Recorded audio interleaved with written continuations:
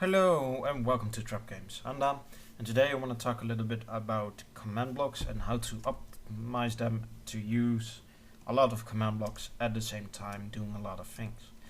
First of all, the example is I have this whole line of command blocks which will set my class number, which you can see here, to a different value. Got one here that will teleport me to on top of this block, and if I just go over it, and as you can see in one tick, I got teleported here, and you can see a whole output here in chat, which basically said it sets to 5 to 3 to 0 to 3 to 100, 314, 1 and 8 again. And there is a lot of particular ways where it's doing, because as through to 5 to 314 we got 0, 5, 3, 2, 100, 41. As you can see, it's not doing it very orderly, and it certainly make it strange, but I can tell you that the pattern at which it does is always the same. It always will be then this command block runs out, and then so forth and so. So it's a fixed pattern, but it's a strange one nonetheless, because 5 had to start for 0 had to be first on 5, while it's in line number 5, and that's a little bit strange. But anyway, I can actually do know that this one over here is the very last one because I tested for it, and I can show you how to make these things yourself, how to do a lot of things at the same time. So for instance, we have this person coming from here, and then we want to activate a whole bunch of command blocks. So we want to activate this one, we want to activate this one, and this one, which will all do something for the person inside on the pressure plate. So how do I know the sequence to this? As I said, it changes depending on how you've done it, but there's an easy way to test it. Simply take a command block and do say 1. We'll call it say 2, say 3, say 5, and say 6. So I'll put a button on it for now so we can also use that. And in chat we see that the actual sequence is 2, 3, 1, 6, 5. The last one in the row being number 5. This one here. We'll use this to teleport us away. So -7. We'll teleport this way. So whenever we do this now, ta-da! And we now know the last one. Now we also can just look at this sequence and we can see what's left. Now usually it only matters with if you're using teleportants what the correct sequence is.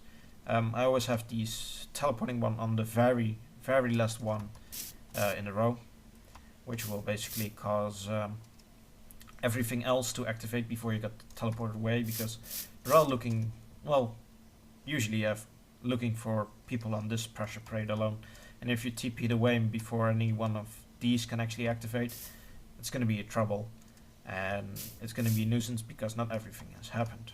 And we can do an example of that later, because if we like do the first one,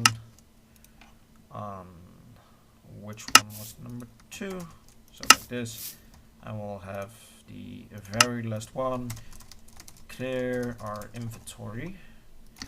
That's a maximum of 1, 2, 3 radius, R3. So if I'm right, yes, as I've shown you, I got teleported too quickly away for the clear command to actually work, and then the clear command only works in a radius of 3, so I can keep doing this, and I will never lose. Oh, I can do this all day. I will never lose my inventory, except if I switch this up. I'll put this back where this was. Put this clear on radius 3. So And as you can see, it now removed my class.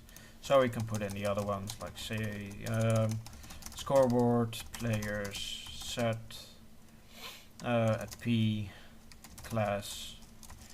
Oh wait, let's do add 1. Let's do another one. Oh, this is the clear command. Scoreboard, players, at P, whose score of class is minimal of 10. We'll give them, I don't know, an extra 10. Any last one? Well, I don't really know. Let's give in the effect of speed for 1000 seconds. So, if I jump into this, it should have cleared my command. It has done +1 on my class. It haven't given me the effect. Has something gone wrong there? Player could not be found. Alright, a little oopsie. So, as you can see, I have no speed, and it clears out. So, let's do this again. We should be higher than 10 now. Or have I also forgotten to enter in something inside there? Or was it class 1, minimal score 10, add players objective. Oh, I forgot a class. Class 10. Little bit close here. So it has done all the things in this command block in just one tick. And we can also just take this out and put redstone dust there. So we have an almost instant working.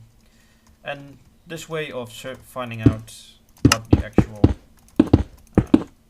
sequence is, you can do this with basically everything as long as you use /a. So let's see. I'll have, say, 1. Let me just copy this. Say 2. Say 3. Say 4. Say 5. Say 6. And then, I don't know, 1A. 1B. 1C. And 2A. 2B. Done. Let's just get another block and then button. So, as you can see, it first did 1, 2, and then 3. So there's something going strange at the beginning. Then when it gets to 4, it also activates the one on the left. And with this you can actually see which is the first, which is the last, and how it goes. And if you actually change things up, things will go in a different way. And if I put a button here, for instance, we can see that number 3 was the very first one, which was the command block itself. The very first last one was 1. And this is why it matters where you put in, because there seems to be a sort of a rule where it goes, if you go inside a command block, it always goes north first, then south, and I think there's also one for west.